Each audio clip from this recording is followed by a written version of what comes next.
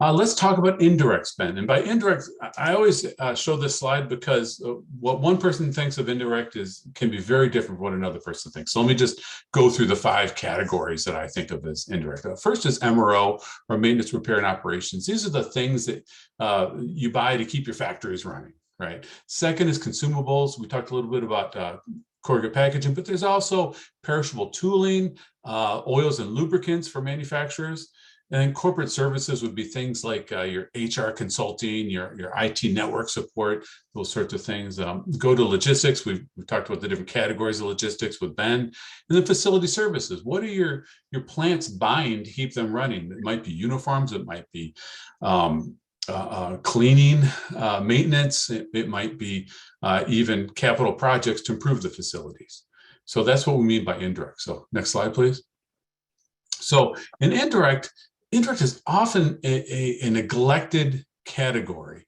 That is, with manufacturers in particular, they spend so much on those direct materials that's where they spend most of their time making sure that their costs are in line and they've got the right aligned supply base.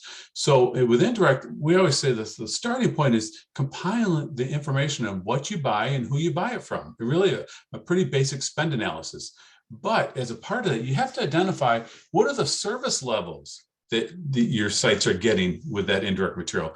If you've got an MRO provider who is supplying vending machines on the shop floor, and you come in and swap providers on them, and you haven't replaced those vending machines, you're in for a world of hurt, right? You've completely changed things upside down for those plants. You also have to understand who the supplier partners are. Who are those strategic indirect suppliers that your manufacturing sites are relying on?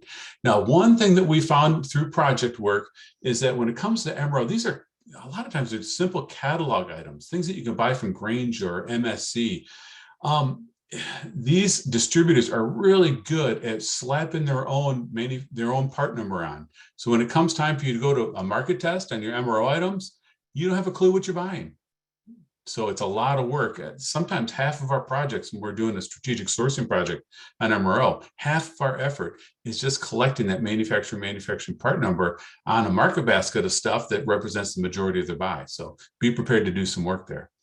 The second thing on indirect is cost tables or cost catalogs are a really easy starting point. And that's just lining up the things that you buy, like things. So we have an example from one of our clients took a training class, and as part of our training class, they did a project. And the project was, now this happened to be a buyer of IT network services on a global scale for a large manufacturer. And they lined up all their IT network service providers, and their big cost driver is dollars per hour for different levels of people. Right? And they lined it all up. And what they realized is they had an outlier. They had one provider who's charging significantly more on a dollar per hour basis than all their other providers around the globe. So they somehow, this person became a part of their supply base. This company became a part of their supply base, and they weren't paying enough attention to the details. So cost catalogs or cost tables can allow you to easily spot where those really sore points are. Now you have to investigate these.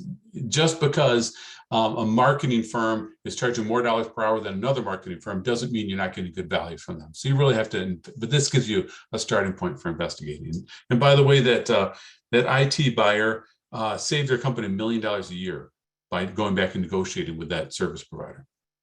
Other options that you can use is strategic sourcing projects. So we shared with you an example with the corrugated packaging.